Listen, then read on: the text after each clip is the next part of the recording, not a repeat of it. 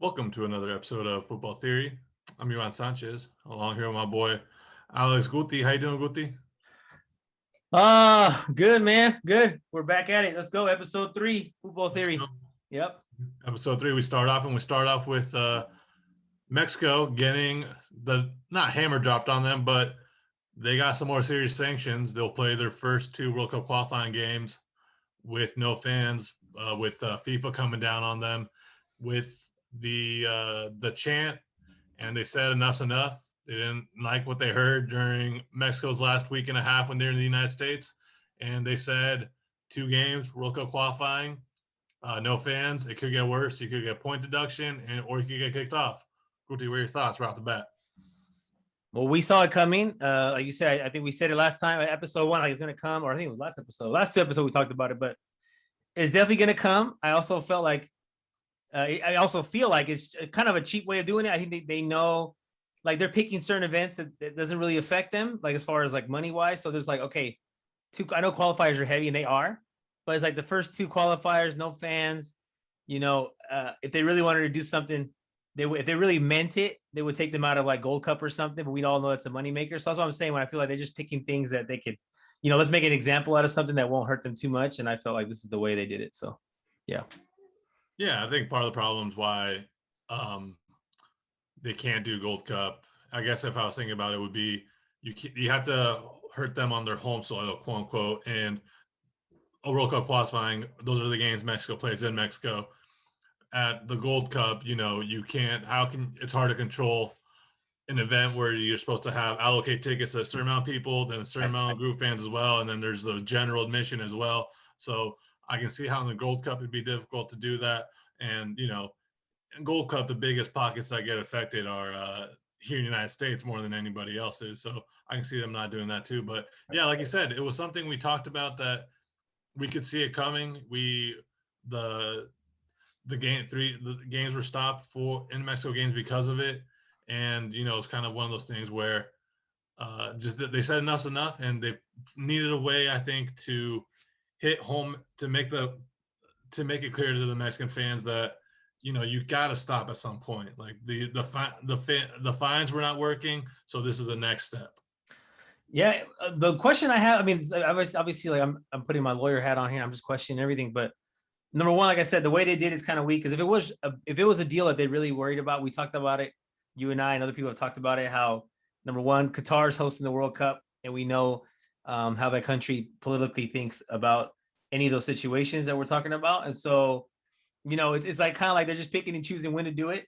Number one, number two, from what I heard, the sanctions come from the pre-Olympic, right? The pre-Olympic tournament. Was that when it came? Was that when it happened? Or when did they do this from? Or are they picking the Coca-Cola final? I'm sure they're picking the collection of it all. Okay. Because what I heard, I was here like on Twitter, I was seeing that it was the Olympic thing. And I was like, wait a minute, but that wouldn't make any sense because the Olympic thing is not even a FIFA sanctioned, event. So how could that roll over? It's like those little things that are like, it's kind of it's a big gray area, right? Where they choose and pick and choose what they want to kind of go against. And I guess my point to this is like, if it's such a big deal, like they say it is, then Qatar wouldn't be hosting the World Cup. And, they would sanction them in a tournament that obviously they're part of, but obviously they want to choose something that's like, okay, like you said, for tournament, let's not do it in the tournament. Let's do it in the first 2 games of the the World Cup qualifier. So that's why I'm kind of like, I mean, they're going to do it, but we'll see how far this goes. We'll see how far this punishment goes. Yeah, I guess my argument for that is, if you're countering the suspension in Mexico with, FIFA's giving Qatar World Cup, we know the problems with Qatar or the problems they've had with the human rights with that, their whole stance in general about rights and everything. You're not actually defending the people that the chant is affecting when you make that argument. Yep. You're not defending them at all. All you're doing is coming up with an excuse to just continue the chant, right, which doesn't you're not any better. The hypocrisy of FIFA isn't an excuse for Mexican fans to continue this chant when it affects other Mexicans who feel offended by this, who are part of the LGBT plus community. It affects LGBT plus people in general who feel minimalized and prosecuted. And so as a Mexican, if we who ourselves in the United States feel prosecuted at times, but feel marginalized by the majority at times, but what we go through, the ignorance and just the boneheadedness to continue to do it when people have said this is offensive to us, why would you keep doing it? You know what I mean?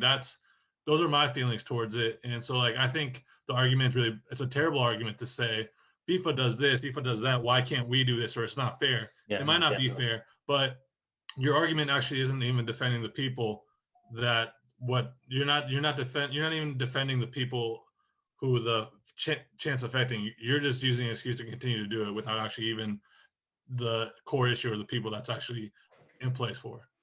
Yeah, no, I think definitely that's the position anyone will take if they go against or they start pointing out the. I was just saying, putting on my lawyer hat where you question everything. What I'm saying is FIFA's, I guess FIFA's answer to this is kind of weird. It is in a gray area. We are talking about, obviously, at the same time during Pride Month, we're talking about, going against the German stadium, right? Allianz Stadium, right? The Bayern Munich Stadium. They were saying they were going to put the lights, they were going to put the rainbow color lights, and FIFA was, UEFA was like, no, we can't do that because this and that. And then they investigated. Manuel Neuer's captain ban, right? Because he used the rainbow one. They wanted to know why he wasn't using whatever was approved. So, I guess there just needs to be a wide enough stance against everything. It needs to be widespread stance against it from all levels. And then obviously being a Mexican fan, I think we just have to find another way to go against the opposing team and say something else. There's so many other words you could just go with that, would avoid this whole issue, I think, big time. Yeah. And, UEFA themselves have absolutely no backbone. You saw it today. You saw it with the Germany situation in Euros where they say, we support the meaning of the flag and all these different ideas of what the flag represents. But when in front of them is the actual opponent, and for them to actually stand up on merit to say something, they cower. So you're right that FIFA and UEFA time and time again, when actually presented with an opportunity to stand up for the things they actually say, they're of course they have shown to cower and to not actually stand up for anything.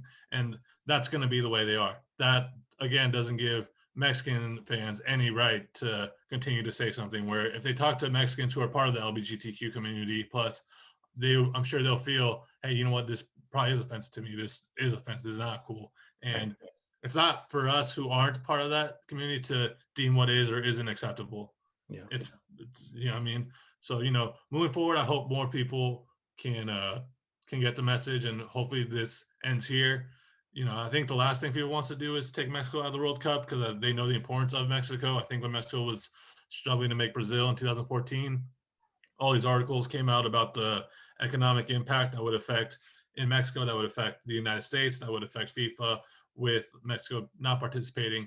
So for them to miss out on something that would be based on the fans and not even the players on the field, it would be terrible. And you can kind of see it on the players that they're getting sick of it too, just because the stopping of the game is just tiring, and it gets kind of gets beat to death, and you can tell they're done with it as well. Yeah, and I get the first couple of times when FIFA brought it up, years back, people were kind of like, "Come on, man," making whatever. But now at this point, it's like, dude, it's time to move on.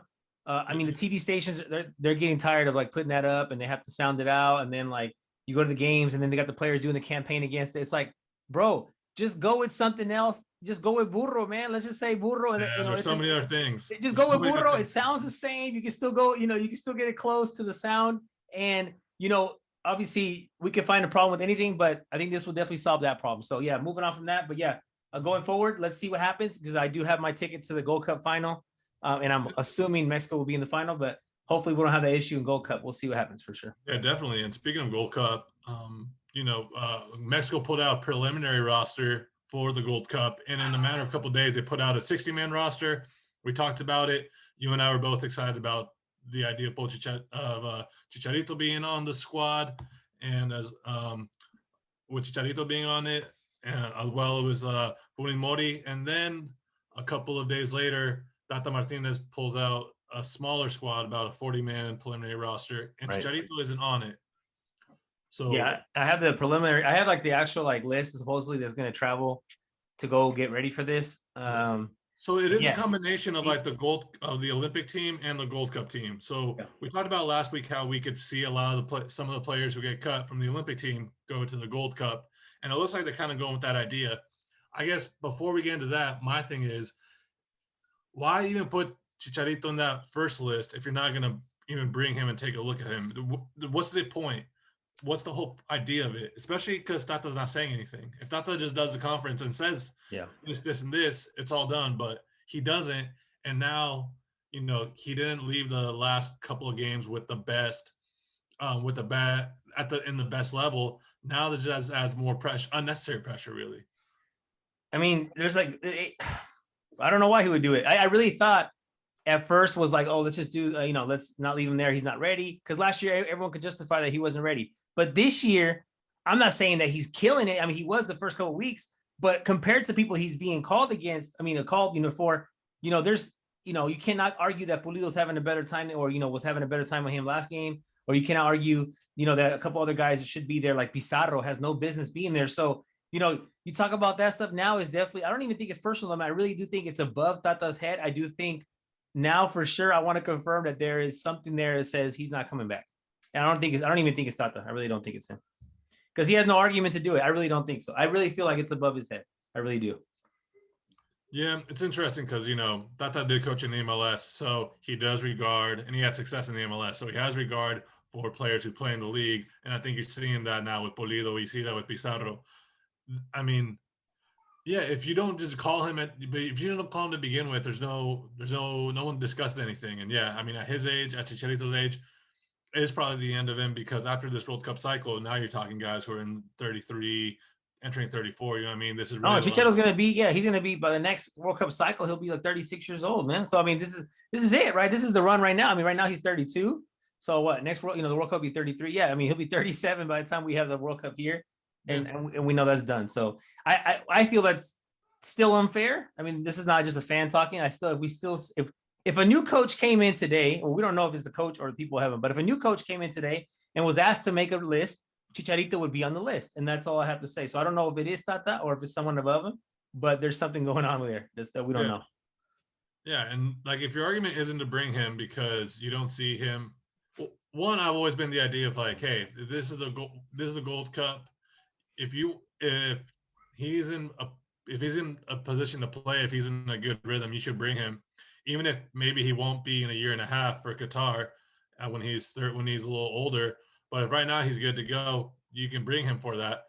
If your argument is looking forward to the World Cup, or looking forward for qualifying, you're trying to get a better nucleus on him to not bring him. There's really no reason to put him on that first squad, I think. And that's kind of the biggest thing for me is like, why is he even on the first squad? That seems just so counterintuitive, so unnecessary. There probably is something for the higher ups. You'd wish that at some point that would go away, the idea of the higher ups having a word about who's getting called. But it just seems like such a weird idea, such a weird concept for him just to be called up in the 60-man roster and not even be called for the 40-something man roster. It just baffles me in that. Yeah, well, I mean, the people trying to compare it this is obviously on a way different level, but they're trying to compare it to Cuauhtemoc when he didn't get to go to the World Cup because La Volpe chose not to take him. Obviously, this is a Gold Cup, so it's not a World Cup. But it is kind of like, well, you're taking this other, you're taking other people when we know he's one of the best players we have available. So I don't know what it would be. I mean, you can't sit here and say that, it's another thing Raul Jimenez was playing. If he was playing, if Raul Jimenez was on the field, then we wouldn't be questioning anything. But we don't have Raul Jimenez, right? You don't have Vela, who doesn't want to be there. You don't have another guy, Chicharito, you don't want to call him. It's like, okay, so then you want to change it up and go young.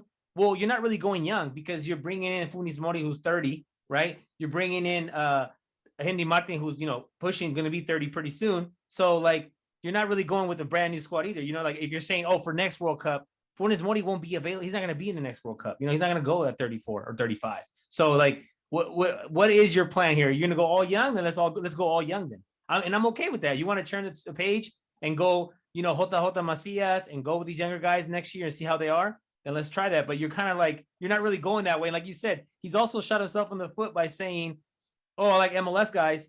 Okay, well then Chicharito's doing his thing in MLS too. So how can you not take him and you take Rodolfo Pizarro, who's been invisible for the last 2 years? Invisible. Yeah. And then, this could all be solved too with the press conference if he just explained it. This could all be solved too with a simple press conference and then just explaining it. And then whether we like what he says or not, at least we have a more clear idea of what his idea is. You know what I mean? And without that, we're just left to speculate. I think I honestly don't think that even goes past this World Cup. Definitely seems like a 4-year cycle. He's never been a man to stay very long at a lot of the places he's coached. So I don't see him staying very long with Mexico either. It's never seemed like a match made in heaven to begin with. It just kind of seemed like an opportunity for both. And there's nothing wrong with that either, but it just seems like so I don't see him making plans for beyond that when it comes to calling his players and calling up. He's not thinking about the 2026 World Cup. He's thinking about Qatar only. So he's kind of looks like he's looking for guys around there, which would explain, Fody Modi coming in 30, 31, kind of right at that sweet spot when you're looking for someone as a backup to Raul Jimenez or anything like that. So, it'll be interesting to see. Gold Cup just a couple weeks away now. We're getting closer. Final roster is going to be called up. We're going to have the Olympic roster being called up here soon as well. They're both training together. We got some friendlies coming up here too. So a lot of things happening with the Mexican national team, even though they're not playing. We're going to take a quick break. When we come back, we do have Euro still going on. We got our round of 16 matchups up. We got 8 teams eliminated. We're going to go over that, who we liked, who we didn't like. And yeah, we'll be right back. Let's go.